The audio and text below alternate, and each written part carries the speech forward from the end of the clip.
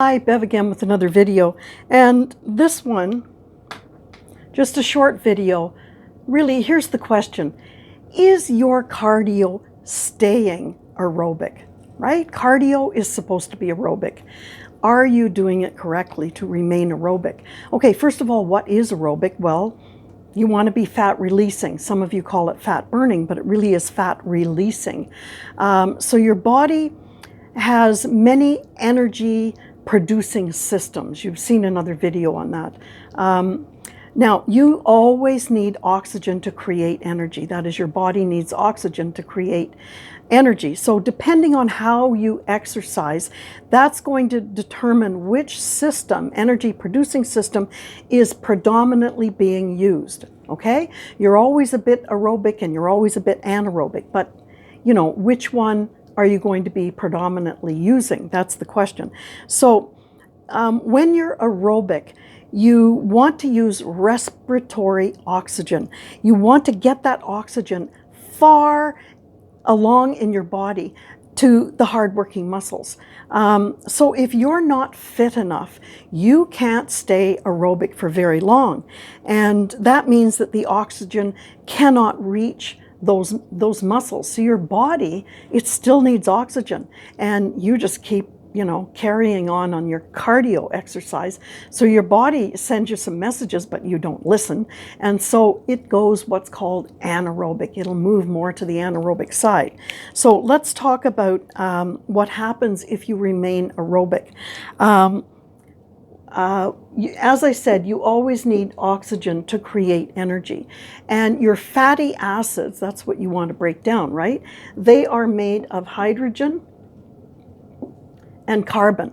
So when you add oxygen to the mix, what you're doing is you're making water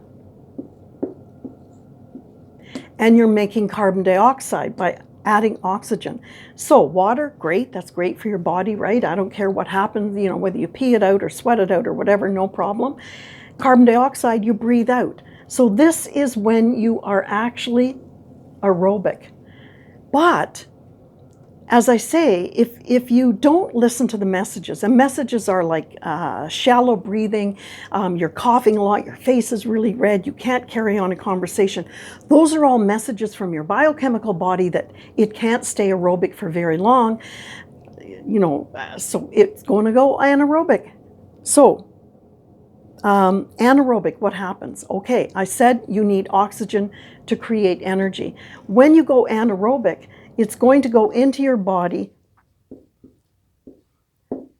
and it's going to use something called glycogen. And glycogen is actually stored carbohydrates. And in glycogen is carbon, hydrogen, and the sought after oxygen that your body needs because you're not listening to your messages, right? And where do you think glycogen is stored? In your liver, a little bit, but most of it is stored in your muscles. And that's why they say if you really want to build up muscles, you had better be careful on how you conduct your cardio training, okay? Because you don't want to lose your muscle gains. So what would I say to do, you know, to stay aerobic? Well, firstly, of course, listen to the messages. Your best bet, there's two ways. One is with high intensity interval training. And what that means is, let's say you're on the treadmill. So you run really fast and then you notice you're getting these messages. Well, then you slow down until you catch up your breath and you're not coughing and you're not red in the face. Then you can run fast again. So you're flipping between high and low intensity. That's good. And you're going to stay aerobic, right? Because you hear the message when you're beginning to go anaerobic. The other way is steady state cardio. Okay, so what happens with steady state is that you're running kind of, and you have to do it a longer time, maybe 50, 60 minutes, right?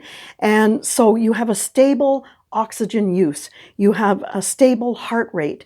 So it's lower intensity, but you're going to remain aerobic for a longer period of time. So these messages are really important for unfit people. When you're really fit, physically fit, you can stay aerobic for a longer period of time, right? You have more mitochondria and you know, blood capillaries and all the stuff you've built up with weights. But anyway, I'm hoping that this is helpful. And as usual, it is the type of thing I cover in some of my chapters in my published book. So I'll see you in the next video. Bye for now.